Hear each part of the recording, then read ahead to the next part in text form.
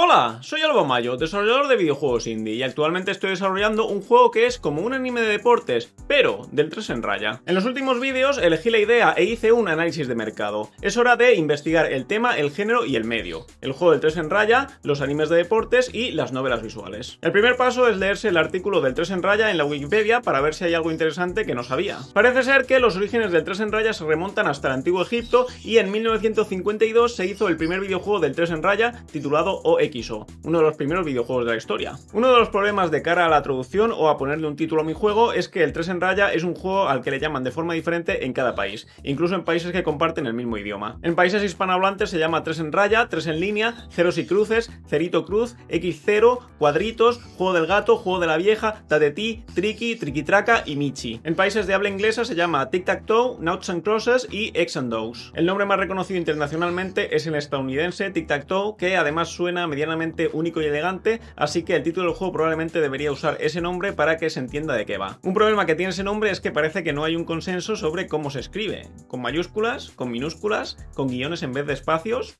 Habrá que elegir una. El 3 en raya, por supuesto, es un juego resuelto en el que es fácil jugar de forma óptima porque no hay muchos movimientos posibles y si los dos jugadores lo hacen, el resultado es un empate. Esta será la principal dificultad de cara a hacer la parte jugable y competitiva del juego, porque en condiciones normales no puedes ponerle un desafío a alguien que es imposible que pierda. El juego se tendrá que apoyar mucho en que las condiciones no sean normales, y además la historia dará por hecho que el jugador seguramente gane siempre o casi siempre. Es por eso que el resto de personajes actuarán como si el 3 en raya fuese un juego tan complejo como el ajedrez y el jugador fuese superdotado, porque tienen que jugar mal. Si jugasen bien, todas las partidas serían empate. Es también por eso que las partidas del Torneo Nacional de Institutos serán en equipos de 3, porque así no puedes conformarte con empatar, porque tienes que compensar por las derrotas de tus compañeros. Pasemos a los animes de deporte. Durante el último año, en preparación para hacer este juego, he visto más animes de deporte de lo habitual y he vuelto a ver varios de los mejores o más relevantes para tomar notas. Voy a destacar Hikaru no Go como uno de los mejores y el que será la mayor inspiración para mi juego. En este anime, las partidas en sí son lo de menos. La mayoría de las veces ni te las enseñan porque de todas formas no te enterarías, pero el contexto en el que ocurren es siempre intenso y novedoso. ¡Oh vaya! Las fichas que hay aquí son todas blancas. No pasa nada, jugaremos teniendo que memorizar cuáles ha puesto cada jugador. Esas son la clase de ideas que necesito para mi juego. Los animes de deportes de instituto suelen seguir una estructura similar que empieza con el protagonista uniéndose al club, a menudo teniendo que ayudar a formarlo y así presentando al resto del equipo. Después de cubrir las explicaciones básicas sobre el juego, con algún duelo entre los miembros, el equipo se enfrenta en un partido amistoso contra el equipo de otro instituto. Un nuevo miembro se une al equipo del protagonista, a veces era un miembro antiguo que lo dejó o estaba de baja y se reincorpora. Participan en la fase local del torneo y la ganan, pero cuando llegan a la fase regional la pierden y tienen que organizar un campamento de entrenamiento para mejorar, idealmente en la playa. Vuelven a participar en la siguiente temporada y esta vez o lo ganan todo o pierden de forma dramática en la última fase del torneo, pero da lo mismo porque han llegado muy lejos y están todos satisfechos. Hay otras muchas características y situaciones que se repiten a menudo y que me he ido apuntando para poder incorporar en la historia de mi juego si es necesario. Pasemos al género de las novelas visuales. ¿Qué características suelen tener estos juegos? Lo más característico de las novelas visuales es su presentación. Personajes en plano medio, generalmente mirando a cámara, con una caja de texto en la parte inferior para el diálogo y la narración con los controles a un lado. Antiguamente se ponía el texto ocupando el centro de la pantalla sobre una ilustración, pero eso ya no se lleva. La historia normalmente se cuenta a través de los ojos de uno de los personajes, así que se supone que la pantalla es tu vista en primera persona, por eso los personajes te miran de frente. Otra característica del género es tener una cantidad innecesaria de texto. Decir en 3 líneas lo que se podría haber dicho en una y alargar cada escena todo lo posible es algo muy habitual y también suelen tardar mucho en arrancar. La interactividad con la historia suele ser escasa o nula, y si la hay se basa en elegir respuestas durante algunos diálogos o elegir acciones en algún punto específico. Normalmente esas elecciones hacen que se elija por cuál de las rutas principales va a ir la historia, pero no suele haber mucha variación dentro de cada ruta. Las novelas visuales, en particular las japonesas, suelen tener un final verdadero, que es el que explica y cierra bien la historia, y una serie de finales falsos, donde la historia acaba a medias y mal, y que se da por hecho que si acabas ahí, cargas partida y eliges otra cosa para llegar al final bueno. A veces se incluyen minijuegos varios, pero rara vez afectan realmente a la historia. En las novelas visuales japonesas o de estilo anime, los personajes suelen ser arquetipos típicos del anime que te permiten saber la personalidad completa de un personaje solo con ver su aspecto. Al tener que hacer sprites de calidad para cada personaje, las historias suelen estar centradas en un grupo reducido de personajes y los que no son suficientemente principales hablan sin tener una representación en pantalla. Para momentos especiales de la historia suele haber ilustraciones a pantalla completa, normalmente conocidas como CG, por las siglas de Computer Graphics, una expresión que no tiene sentido porque todas las imágenes del juego son Computer Graphics. Un problema habitual con la presentación de muchas novelas visuales es que tu atención se centre en la caja de texto y pases es a ignorar el resto de la pantalla, incluyendo las expresiones de los personajes,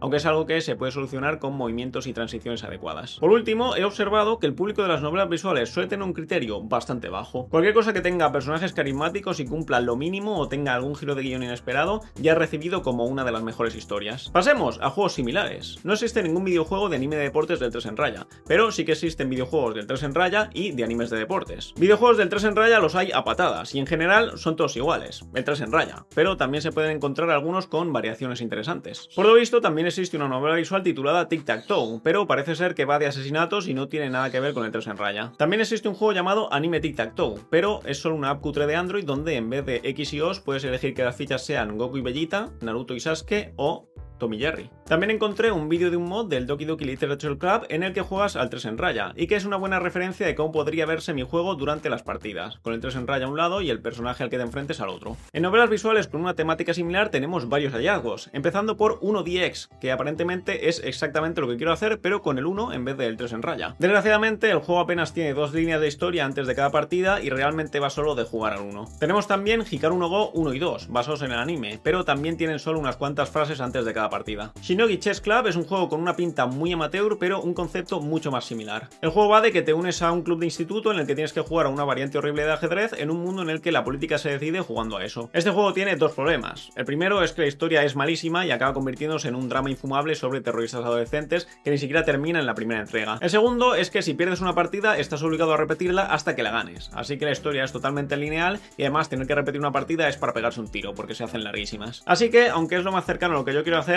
sigue estando lejos. Paya es otro juego en teoría similar, pero en la práctica no tanto. La historia se cuenta en forma de novela visual, juegas partidas a una especie de baloncesto mágico y aquí sí, tanto si ganas como si pierdes, la historia sigue adelante. Aún así, no se termina de parecer a lo que yo quiero hacer, porque es como muy mecánico. La estructura es un poco como de roguelite. Hay una conversación sobre el pasado de los personajes o lore del mundo, eliges el camino por el que quieres ir, consigues un objeto que puedes equiparte, juegas un partido y repites. Además, y esto es lo más importante, no tiene nada del estilo o la estructura de un anime de deportes. Los personajes no son anime ni en diseño ni en personalidad, no ocurre en el instituto ni en el mundo real y la narrativa va más sobre contarte el pasado de los personajes que en que ocurra una historia de verdad en el presente. Otro juego similar es Aokana, que este sí que es tal cual un anime de deportes en formato de novela visual. Sin embargo, aquí no juegas tú al deporte, solo lees y eliges algún diálogo de tanto en tanto para ir por la ruta de romance de alguna de las chicas. Tenemos también Little Busters, una novela visual en la que formas un club de béisbol en el instituto y aquí sí que juegas al béisbol de verdad, o eso parecía. En realidad lo único que haces es entrenar jugando un minijuego, pero luego se juega un solo partido de verdad y además se juega de forma automática, no lo juegas tú, y da lo mismo si ganas o pierdes. El juego va realmente de romancear a las diferentes chicas del equipo, el deporte es solo una excusa para que se junten contigo. Por último tenemos Doki Doki Literature Club, cuya historia gira en torno a un club de literatura y participas componiendo poemas, pero la historia no va realmente de eso ni lo haces de forma competitiva. Está bien tenerla en cuenta porque es tal vez la novela visual más conocida en Occidente, pero el motivo de su tremendo éxito es que salió gratis, es muy corta y tiene un giro de guión que fue muy atractivo para youtubers que de otro modo no tocarían una novela visual ni con un palo. He tenido que investigar también otras cosas sobre cómo funcionan los torneos de instituto, en qué fechas se hacen, cómo se dividen y esas cosas, pero tampoco hay mucho que decir sobre eso, así que lo vamos a dejar aquí. El último punto de la investigación es qué roles se necesitan para hacer una novela visual y lo más importante,